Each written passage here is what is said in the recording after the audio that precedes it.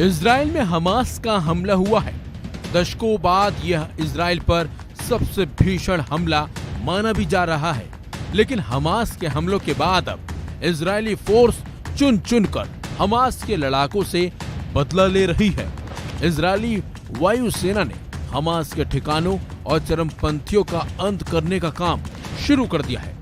खबर यह है कि इजरायली वायुसेना ने हमास के चरमपंथियों पर फाइटर जेट से की गई बमबारी का वीडियो भी एक शेयर किया है। इस वीडियो में साफ तौर पर देखा भी जा सकता है कि कैसे जमीन पर भाग रहे चरमपंथियों पर बम गिराया जाता है और पलक झपकते उनका खात्मा हो जाता है। वहीं हमास चरमपंथियों की एक गाड़ी को भी निशाना बनाया जाता है और उस पर बमबारी की गई। वायुसेना ने हमास के 10 ठिकानों पर हवाई हमला किया है। इजरायली वायुसेना का लक्ष्य गाजा पट्टी में हमास द्वारा इस्तेमाल की जाने वाली बहुमंजिला इमारतों को निशाना बनाना है ताकि उनकी कमर तोड़ी जा सके।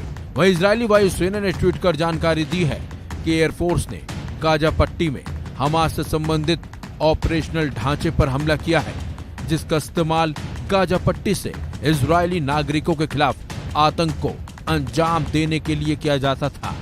इनमें हमास से संबंधित खुफिया मुख्यालय और हमास के हवाई बलों द्वारा इस्तेमाल किए जाने वाले एक सैन्य परिसर पर हमला शामिल है।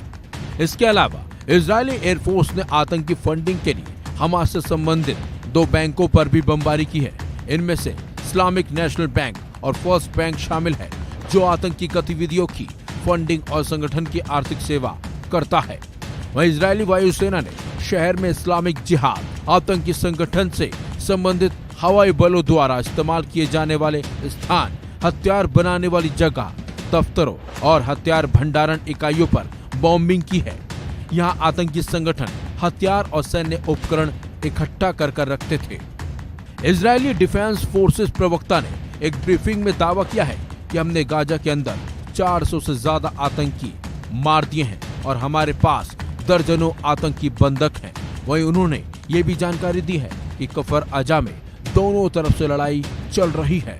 आपको बता दें, फिलिस्तीन और इजराइल के बीच शुरू हुए इस युद्ध में अब तक दोनों तरफ से कुल 500 से ज्यादा लोग मारे जा चुके हैं।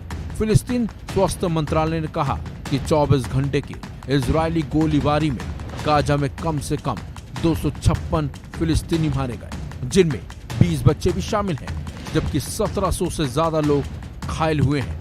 वहीं हमास के हमले में इजराइल में करीब 300 इजरायली मारे गए हैं, जबकि 1600 लोग घायल हुए हैं। वहीं दोनों पक्षों में घायलों की संख्या बढ़ने की भी अब आशंका जताई जा रही है। लेकिन इसी बीच रविवार की सुबह इजराइल के प्रधानमंत्री नेतन्याहू ने अपने ट्वीट में एक बार फिर हमास को चेतावनी दी है। उन्होंने कहा है कि उन सभी जगहों पर जहां हमास तैनात है, छिपा है, उन्हें हम मलबे में बदल देंगे।